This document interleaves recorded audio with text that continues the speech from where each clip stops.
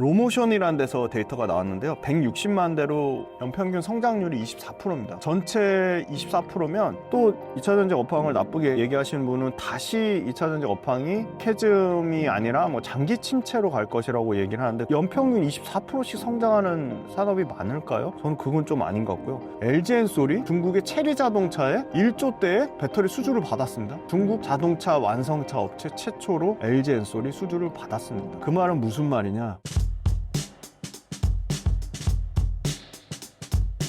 최근 국내 2차 전지 업종 상황을 전해주신다면요?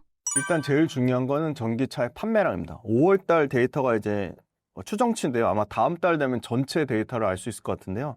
로모션이라는 데서 데이터가 나왔는데요. 160만 대로 연평균 성장률이 24%입니다. 그러니까 전체 24%면 이거를 뭐 또 2차 전지 업황을 나쁘게 얘기하시는 분은 다시 2차 전지 업황이 캐즘이 아니라 뭐 장기 침체로 갈 것이라고 얘기를 하는데 그런 상황은 연평균 24%씩 성장하는 산업이 많을까요?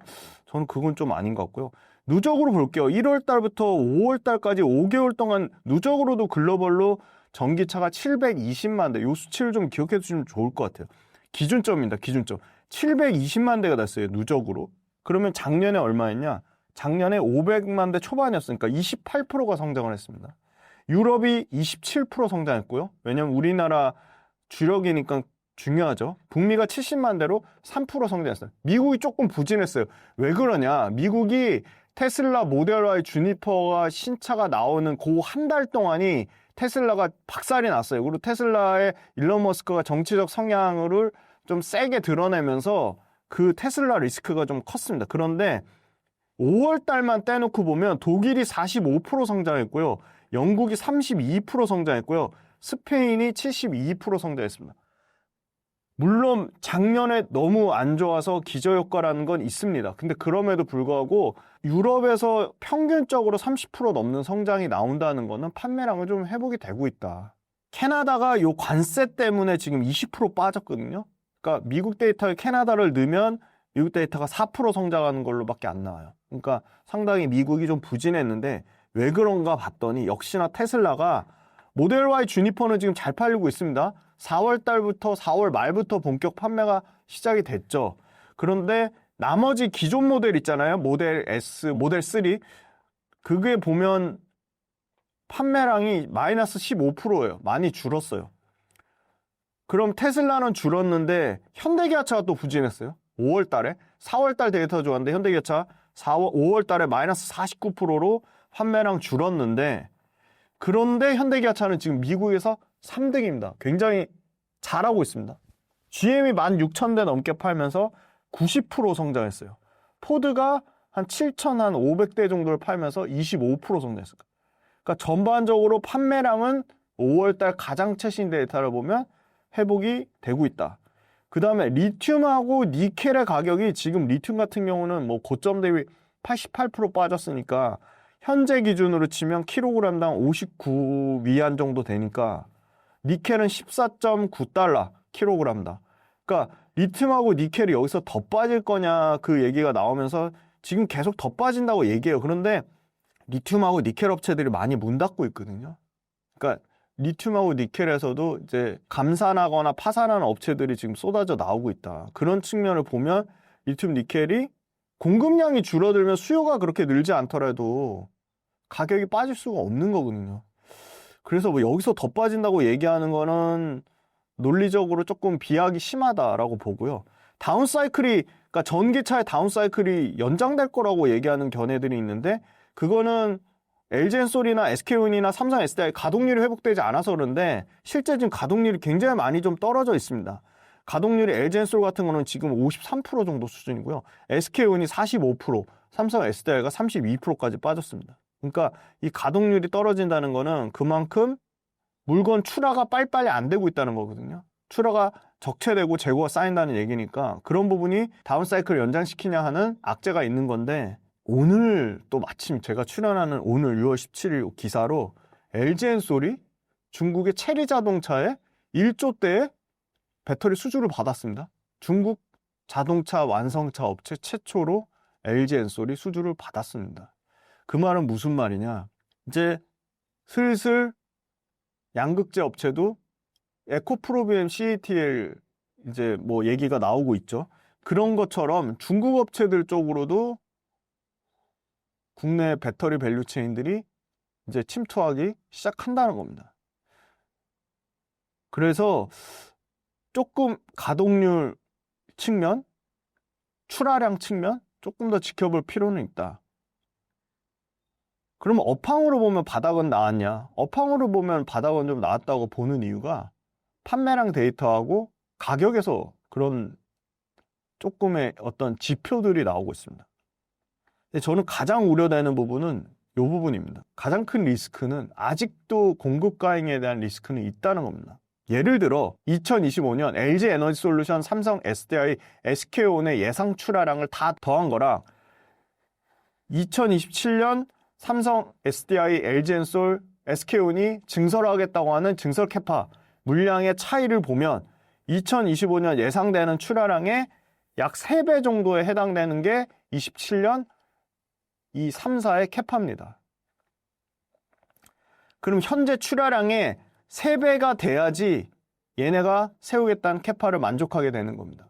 물론 3년 동안 25, 26, 27 3배 늘어날 수 있습니다. 전기차가 더 폭증하면. 근데 현실적으로 그 가능성이 낮기 때문에 계속 공급에 대한 얘기가 나오는 겁니다. 그리고 2차 전지 섹터는 전체 코스피랑 코스닥에서 차지하는 비중이 정말 많이 줄었어요. 15%까지 올라갔다가 지금은 6% 정도 수준까지 빠졌습니다. 그러니까 비중 자체가 섹터의 비중이 굉장히 작아졌다. ESS에 대한 얘기를 전혀 안 합니다. 너무 중요한데 왜 그러냐면 ESS가 앞으로 전기차 전체 시장 캐파의 약 30에서 40%를 차지하기 때문에 그렇습니다.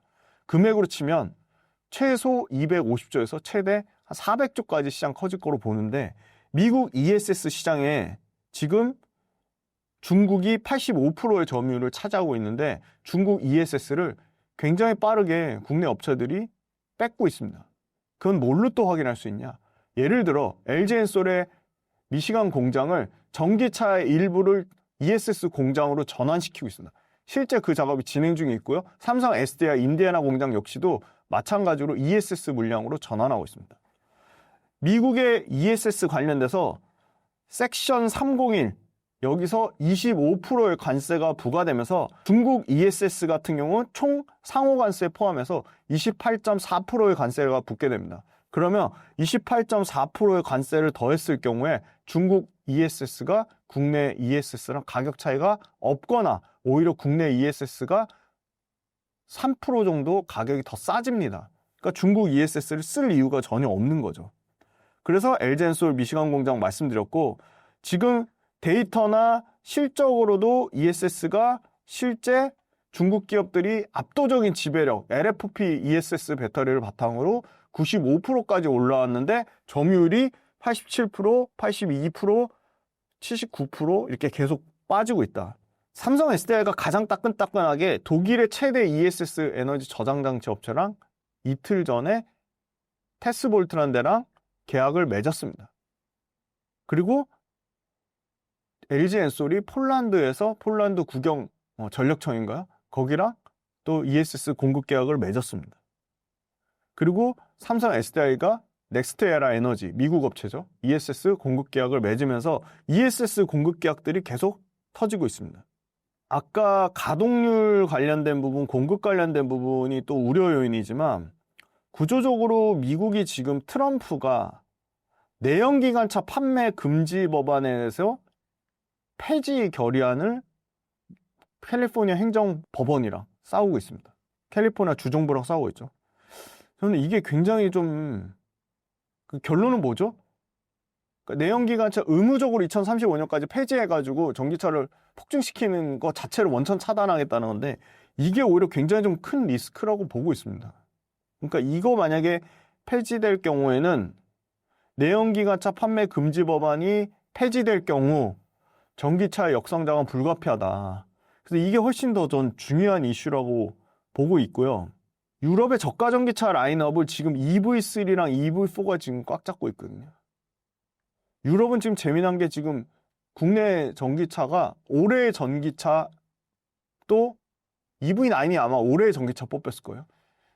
유럽 올해의 차에 국내 완성차가 뽑히고 있어요. 미국 마찬가지고요. 그래서 어떤 기사는 테슬라의 대항마로 현대 기아차를 꼽고 있습니다. 그 정도로 현대 기아차가 유럽과 미국에서 물론 5월달 데이터는 일시적으로 좋지 않았지만 굉장히 선방하고 있다.